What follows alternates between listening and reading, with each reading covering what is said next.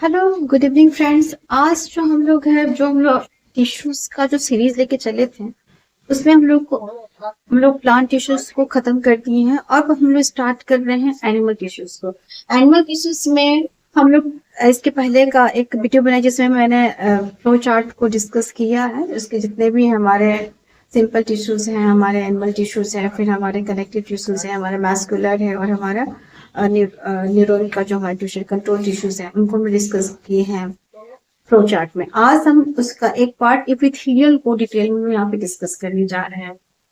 तो क्या है हमारा, तो हम यहाँ पे देखेंगे कि एनिमल टिश्यूज जो एपिथेलियल टिश्यूज है हमारा, जिसको हम शॉर्ट में क्या कहेंगे, अगर एक वर्ड में कहा जाएगा इसको कि क्या है तो इसको हम बोलेंगे कि कवरिंग हमारा क्या है, कवरिंग और प्रोटेक्टिव टिश्यूज हमारे एनिमल में है।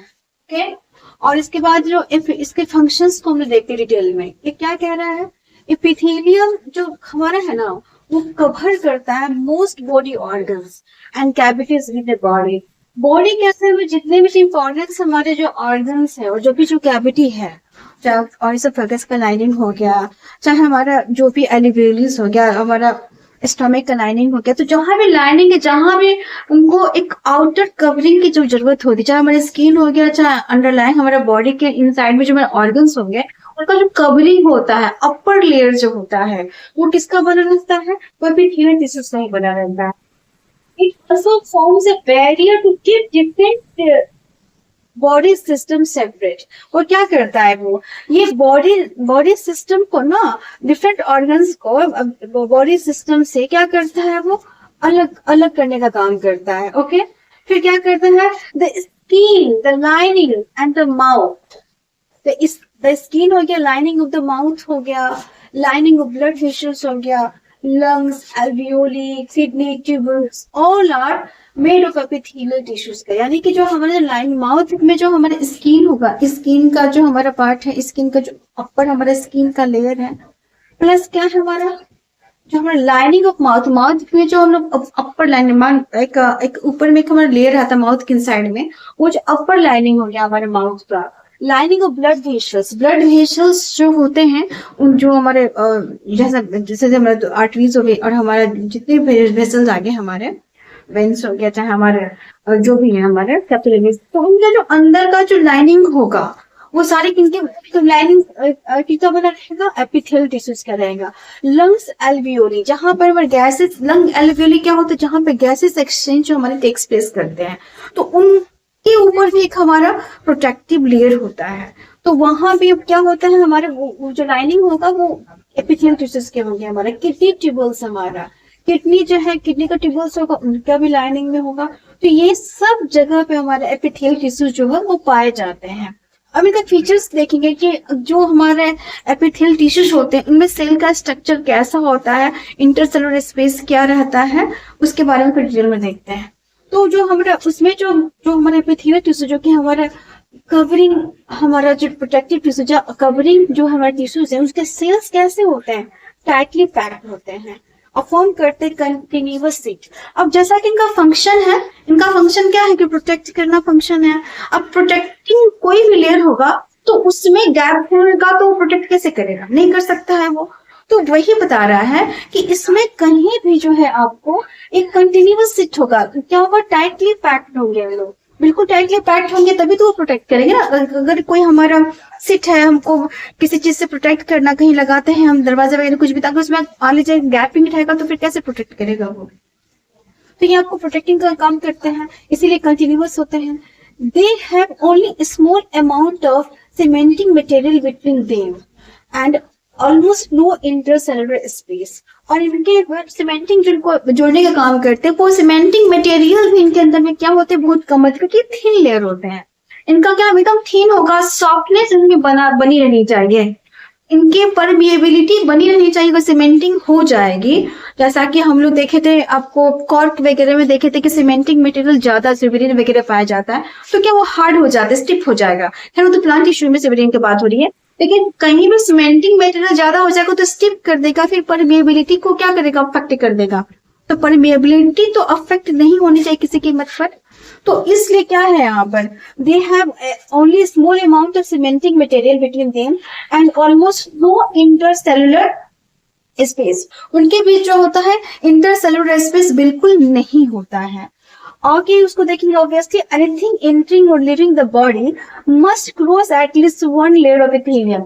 जैसा हम लोग बात करते हैं कि कोई भी जो हमारा हम लोग सेल्स में हम लोग पढ़े हैं, सेल में हम लोग देखे भी हैं कि सेल में जो उसका जो मेम्ब्रेन होता है वो क्या होता है, सेल के मेम्ब्रेन से भी कोई मटेरियल से इन्वायरमेंट से सेल में इंटर कर सकता है, वहां से बाहर जा सकता है, ये वहां का नेचर होता है। तो अगर जब भी ऐसा कुछ इंटर करेगा या फिर वो बाहर जाएगा, आउटसाइड एक्सचेंज होगा, तो उस दोनों केसेस में प्रोटेक्टिव लेयर उसको मिलेगा ही मिलेगा, क्योंकि वो तो फर्स्ट लेयर है हमारा, यही बात कहा जा रहा है।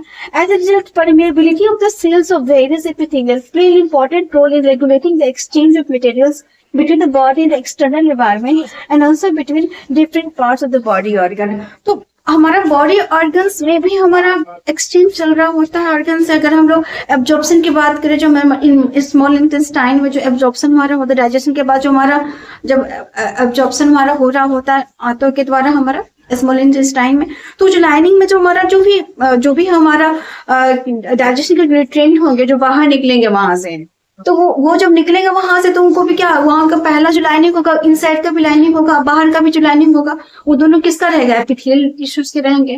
तो इंटरिंग और जो एक्सचेंज, जो उनका जो पाथवे रहता है एक्सचेंज, जो मटेरियल का जो एक्सचेंज हो रहा है, तो वहां पे इनको ये मिलेंगे और ये परमेबिलिटी को कंट्रोल कर रहे हैं, बिल्कुल कर रहे हैं। हम लोग देख रहे हैं कि प्रोटेक्टिंग लेयर फर्स्ट लेयर है, और हमारा जो सेल मेम्ब्रेन का पहला लेयर वो क्या होता है, वो तो हमारा परमेबिलिटी सेलेक्टिव परमेबल होता है कि वो कंट्रोल करता है किस चीज को आने देना है, किस चीज को जाने देना है।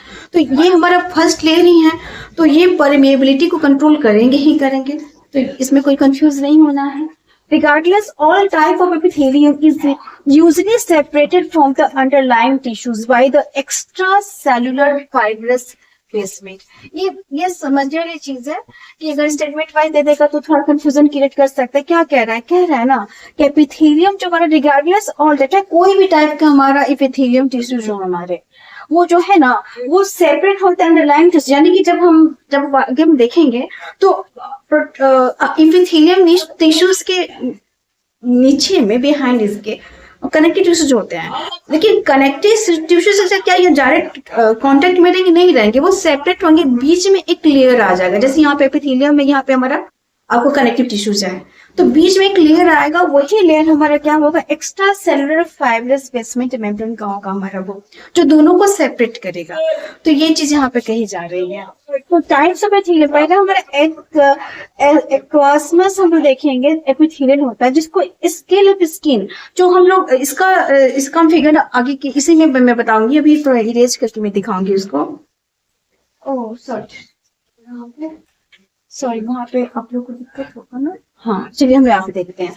तो हम लोग यहाँ पे देखेंगे, हम लोग यहाँ पे आप लोग देख लीजिए कि anything that interleaving the body must cross at least one layer of epithelium हो गया। As a result the permeability of the cells of barrier epithelium play an important role in regulating the exchange of material between the body and the external environment। तो ये सब आपको बस कुछ दिखाई दे रहा होगा।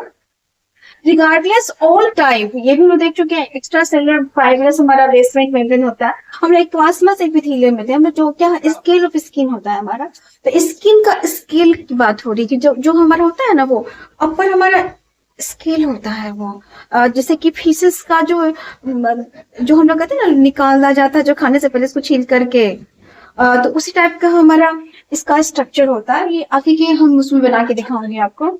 तो डिफरेंट एपिथेलिया जो होता है ना, वो शो करता है different structure that correlate with their unique functions हमारा।